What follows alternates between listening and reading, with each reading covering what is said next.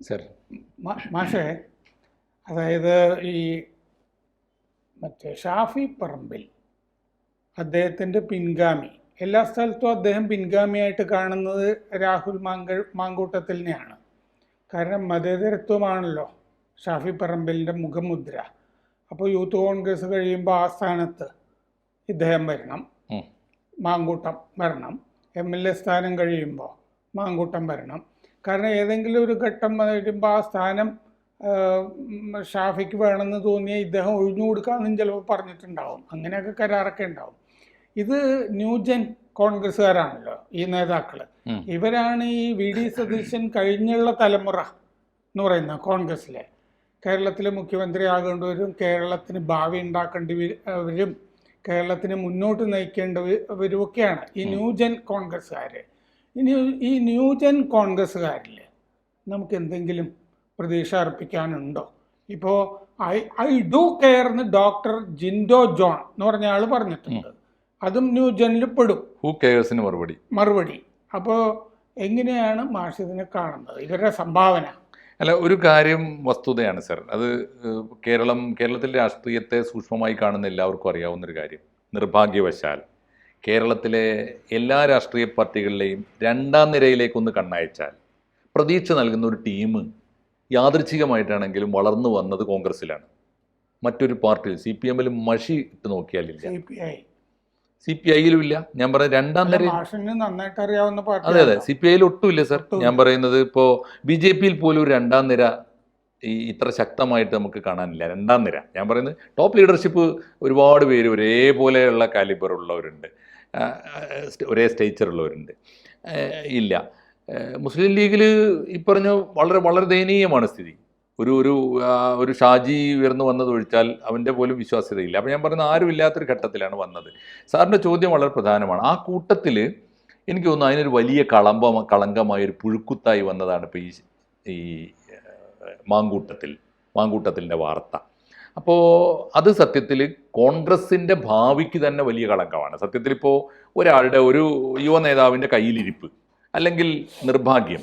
പിന്നെ കൂട്ടത്തിൽ ഞാൻ മനസ്സിലാക്കുന്നത് ഇപ്പോൾ ഈ വന്ന വാർത്തകളൊക്കെ ഇങ്ങനെ ഒരു തുരാ മഴ പോലെ കേട്ടുകൊണ്ടിരിക്കുമ്പോൾ എനിക്ക് തോന്നിയത് ഇതിനകത്ത് ഈ പെൺകുട്ടിയുടെ ശാപം എന്ന് പറയുന്ന ഒരു സാധനം ഉണ്ടല്ലോ, ഗംഭീരമായിട്ടുണ്ട് സർ. ഒന്നും വേണ്ട, ഒരു ഇൻറ്റിമസി ഉണ്ടായവരെ ഇപ്പോൾ ഇന്ത്യൻ നിയമപ്രകാരം പ്രായപൂർത്തിയായ ഒരു ആണും പെണ്ണും തമ്മിലൊരു ബന്ധം ഉണ്ടാകുന്നതോ, അതൊരു അഫയർ ആവുന്നതോ, ഒരു റിലേഷൻ ഉണ്ടാകുന്നതോ, അതിപ്പോൾ ഫിസിക്കൽ റിലേഷൻ ആകുന്നത് പോലും കുറ്റകരമല്ലാത്ത ഒന്നിനെ രാഷ്ട്രീയ നേതാവിൻ്റെ മാത്രം കുറ്റമായിട്ട് നമുക്ക് പറയാനും പറ്റില്ല.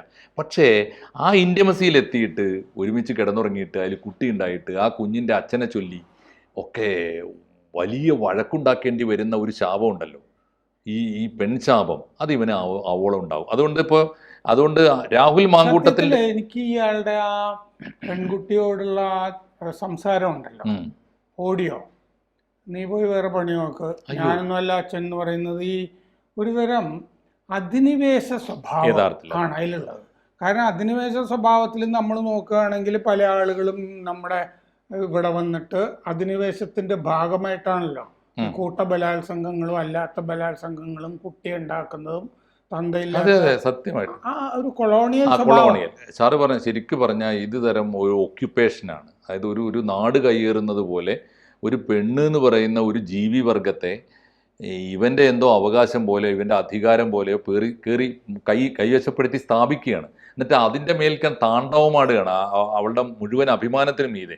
ആ അർത്ഥത്തിൽ ഇതിന് ആ ശാപം കൂടി ഉണ്ടാവും. അതുകൊണ്ടിപ്പോൾ രാഹുൽ മാങ്കൂട്ടത്തിൽ എന്നൊരു രാഷ്ട്രീയ നേതാവിൻ്റെ ഭാവി അവസാനിച്ചെങ്കിൽ കേരളത്തിന് ചുക്ക് നഷ്ടപ്പെടാനില്ല, കോൺഗ്രസിന് പ്രത്യേകിച്ച് നഷ്ടപ്പെടാനില്ല. പക്ഷേ കോൺഗ്രസിന് ഉണ്ടാകുന്ന രണ്ട് നഷ്ടം: ഒന്ന്, യുവ നേതാക്കന്മാരെ ഇനി സംശയത്തോടെ കാണും ജനം. യുവ നേതാക്കന്മാർ വലിയ ഇപ്പോഴും ഉണ്ട്. ഞാൻ മനസ്സിലാക്കുന്നത് ഒരു 10 പേരെങ്കിലും കോൺഗ്രസ്സിൽ എണ്ണിയെടുക്കാനുണ്ട് രണ്ടാം നിരയിൽ. അവരുടെ മൊത്തം ഭാവിയെ ഇത് ബാധിക്കും. നമ്പർ 1. യഥാർത്ഥ നഷ്ടം ഈ കടുത്ത ഭരണവിരുദ്ധ തരംഗം കൊണ്ട് UDF-ന് അധികാര സാധ്യത എത്തി നിൽക്കുകയാണ്. അതിനും എതിരായിട്ട് ഇത് വരും. അപ്പോൾ നഷ്ടം യഥാർത്ഥത്തിൽ VD സതീശനും കൂടിയാണ്, സതീശൻ ഉൾപ്പെടെയുള്ളവർക്ക് കൂടിയാണ്. രണ്ടാമത്തെ കാര്യം, ഈ വിഷയത്തിൽ വേറൊരു സംഗതി എനിക്ക് ബലമായി കാണണം, ആളുകൾ, നമ്മൾ കേരളീയ സമൂഹം കാണണമെന്ന് തോന്നിയൊരു സംഗതി, ഈ കുട്ടിയോടാണ് മറ്റേ എന്താണ് റിനി ആൻ ജോർജോ, ആ കുട്ടിയാണല്ലോ അത് ഉന്നയിച്ചത്. ആ കുട്ടിയെ നമ്മൾ നമിക്കണം. ആ കുട്ടി ഉന്നയിക്കുന്നൊരു പ്രധാനപ്പെട്ട കാര്യമുണ്ട്. സത്യത്തിൽ ഇതൊരു രണ്ട് ഇൻഡിവിജ്വൽസ് തമ്മിലുള്ള ഇഷ്യൂ ആണല്ലോ. പക്ഷെ അവൾ തന്നെ അപ്പോൾ രണ്ട് ഇൻഡിവിജ്വൽസ് ആകുമ്പോൾ ആ രണ്ട് ഇൻഡിവിജ്വൽസും രാജ്യത്തോട് പരാതിപ്പെടാത്ത കാലത്തോളം അത് പേഴ്സണൽ ഇഷ്യൂ ആണ്. അത് അവൾ തന്നെ കറക്റ്റ് ചെയ്യാൻ ശ്രമിച്ചു. അവൻ കേട്ടില്ല എന്ന് മാത്രമല്ല, അവൻ വെല്ലുവിളിച്ച് മുന്നോട്ട് പോവുകയാണ്. അവൻ ഉന്നയിച്ചൊരു മറുചോദ്യമുണ്ട്. ആ ചോദ്യം പ്രസക്തമാണ്. അവൻ പറഞ്ഞത് കേരള രാഷ്ട്രീയത്തിൽ ഏതൊക്കെ പാർട്ടിയിൽ ആരൊക്കെ സ്ത്രീപീഡന കേസിൽ പെട്ടു, എത്ര പെണ്ണുങ്ങൾ വന്ന് പരാതിപ്പെട്ടു, എന്നിട്ട് എന്തായി എന്നാണുള്ള ചോദ്യം. ഈ ചോദ്യം കോൺഗ്രസിനെ മാത്രം നേരിടുന്ന ചോദ്യമല്ല. ഇത് അപ്പുറത്ത് നിന്നിട്ട് ഇപ്പോൾ രാഹുൽ മാങ്കൂട്ടത്തിനെതിരെ ഒരു കേസ് കിട്ടിയപ്പോൾ ആ ചോദ്യത്തിന് മറുപടി പറയാതെ പോയാൽ ശരിയാവില്ലല്ലോ. ഇല്ല, അങ്ങനെയാണെങ്കിൽ ഇവരെക്കാളൊക്കെ എത്രയോ ശക്തനായിരുന്ന PT ചാക്കോ എങ്ങനെയാ വീണത്? സാറിന് അതാ ഞാൻ പറഞ്ഞു. ഞാനത് ഉന്നയിക്കുന്നത് കേരള രാഷ്ട്രീയത്തിനെ കുറിച്ചുള്ള വളരെ അവഗാഹമായ ഒരു ബോധവും ഓർമ്മയും അതിനോടൊപ്പം സഞ്ചരിച്ച ഒരു ജേർണലിസ്റ്റ് എന്ന നിലയിൽ സാറിൻ്റെ ഓർമ്മയിലില്ലേ? ഒന്ന് ആലോചിച്ച് നോക്കൂ. ഈ സംഗതി എത്ര പേര് അതിന് മുമ്പ് എടുത്തോളൂ സർ. ദേശീയ രാഷ്ട്രീയത്തിൽ ഇപ്പോഴും ചർച്ച ചെയ്യുന്ന കാര്യങ്ങളല്ലേ. നെഹ്റു തൊട്ട് ഇന്ദിരാഗാന്ധി തൊട്ട് എത്ര പേരുടെ പേരിൽ ഇത്തരം സംഗതികൾ വന്നിട്ടുണ്ട്. ഒരുപാട് പേരുടെ ദേശീയ രാഷ്ട്രീയത്തിൽ ഒരുപാട് പേര് സോഷ്യലിസ്റ്റുകളും കോൺഗ്രസ്സുകാരും ഒക്കെ ആയിട്ട് ഒരുപാട് നേതാക്കന്മാർക്കെതിരെ ഇത്തരം കാര്യങ്ങളുണ്ട്. ഇപ്പോൾ പുതിയ കാലത്ത് ഇപ്പോൾ കേരളത്തിൽ തന്നെ എടുത്തോളൂ. ഇതൊന്ന് അങ്ങനെ വരുമ്പോൾ ഇതിൻ്റെ ഒരു പ്രശ്നം എന്താണെന്ന് വെച്ചാൽ, ഇത് ഇപ്പോൾ രാഹുൽ മാങ്കൂട്ടത്തിനെതിരായി ആഘോഷത്തിന് ഇറങ്ങിയ CPM എന്ന പാർട്ടി എടുത്തോളൂ, ഇടതുപക്ഷ CPM പാർട്ടിയിൽ രാഹുലിന്റെ ചോദ്യം ശരിയല്ലേ സർ? എത്ര കേസുകൾ. അതിലൊരു വ്യത്യാസമുള്ളത് എന്താന്ന് വെച്ചാൽ, UDFന്റെ ധാർമ്മികത അല്ല, LDFന്റെ ധാർമ്മികതയല്ല ഞങ്ങളുടെ ധാർമ്മികത എന്ന് UDF പറഞ്ഞിട്ടുണ്ട്. അപ്പൊ LDFന് ഈ വക കേസിൽ വേറൊരു നയമാണെന്ന് PK ശശിയിലൊക്കെ കണ്ടിട്ടില്ലേ? അതെ, വേറൊരു നയമാണ്.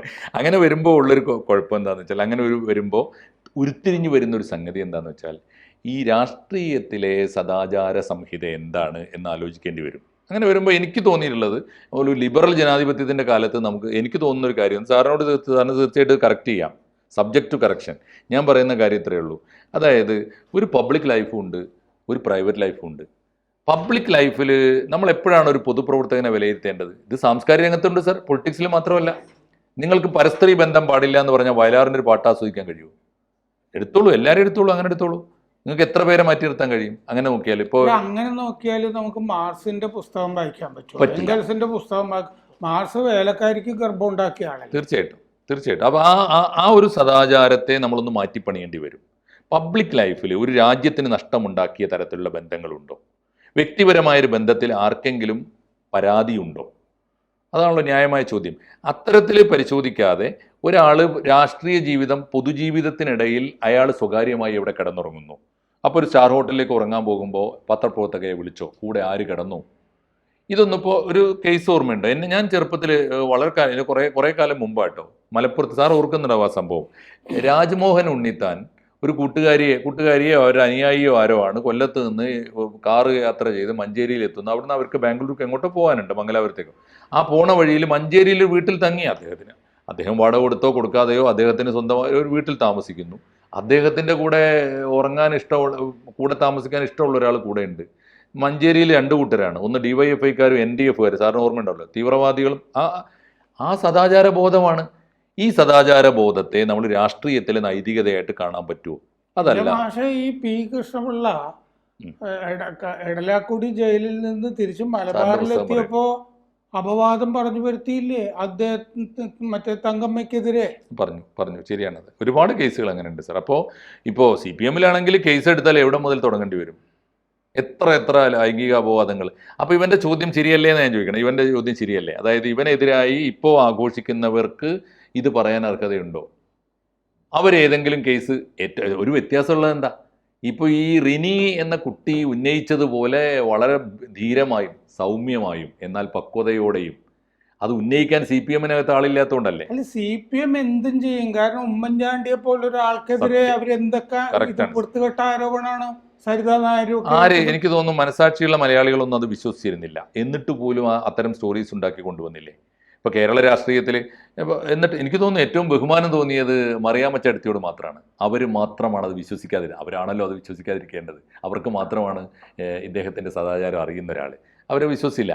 ഇനിയിപ്പോൾ നിങ്ങൾ എടുത്തു നോക്കൂ, കേരളത്തിലെ വമ്പന്മാർ. ഇപ്പം പോളിറ്റ് ബ്യൂറോയുടെ ജനറൽ സെക്രട്ടറി ആണല്ലോ MA ബേബി. അദ്ദേഹത്തിനെതിരെ ആരോപണങ്ങൾ വന്നിട്ടില്ലേ? തോമസ് ഐസക്കിനെതിരെ വന്നിട്ടില്ലേ? TN സീമയുടെ വരവിനെ കുറിച്ച് ആക്ഷേപം ഉണ്ടായിട്ടില്ലേ? PK ശ്രീമതിയെക്കുറിച്ച് ഉണ്ടായിട്ടില്ലേ? ഇവർ ഇപ്പോൾ PK ശശിയുള്ള പാർട്ടി മറിച്ച് ഇവൻ്റെ കേസ് ആഘോഷിക്കുമ്പോൾ എങ്ങനെ? ഞാൻ പറയുന്ന ഒറ്റ കാര്യമുള്ളൂ, ഞാൻ ഒറ്റ പോയിന്റ് പറയാനാണ്. രാഹുൽ മാങ്കൂട്ടം പോലുള്ള ഈ പറയുന്ന സ്ത്രീ അധിനിവേശക്കാരെ, പെണ്ണധിനിവേശക്കാരെ വളർത്തിയതിൽ കോൺഗ്രസ് പാർട്ടിക്ക് എന്ത് പങ്കുണ്ടോ അതിലേറെ പങ്ക് മറുപക്ഷത്തുള്ളവർക്കും ഇല്ലേ?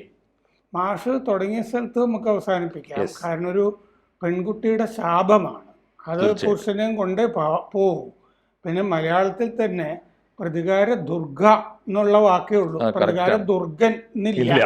തീർച്ചയായിട്ടും അത് അനുഭവിക്കേണ്ടി വരും. അത് രാഹുൽ മാങ്കൂട്ടത്തിൽ മാത്രമല്ല അനുഭവിക്കുക, തീർച്ചയായിട്ടും UDFന്റെ ഒരു ഭരണസാധ്യതയെ അത് ബാധിക്കുന്നുണ്ട്. ചെറുപ്പക്കാരുടെ നിരവെച്ച് രണ്ടാമതൊരു വലിയ ഒരു കോൺഗ്രസിന്റെ വളർച്ചയുടെ സാധ്യതയെ അത് ബാധിക്കുന്നുണ്ട്. വലിയ വില കൊടുക്കേണ്ടി വരും പെൺശാപത്തിന് എന്ന് തന്നെ വേണം നമുക്ക് ഈ സമയത്ത് പറയാം. അതെ, ശ്വാസകോശത്തിന് മാത്രമല്ല, അല്ലാതെ രാഷ്ട്രീയത്തിലും വലിയ വില കൊടുക്കേണ്ടി വരും. തീർച്ചയായിട്ടും. കൂടുതൽ വാർത്തകളും വിശേഷങ്ങളും നിങ്ങളിലേക്ക് എത്താൻ ABC മലയാളം സബ്സ്ക്രൈബ് ചെയ്യുക, ബെൽ ബട്ടണും അമർത്തുക.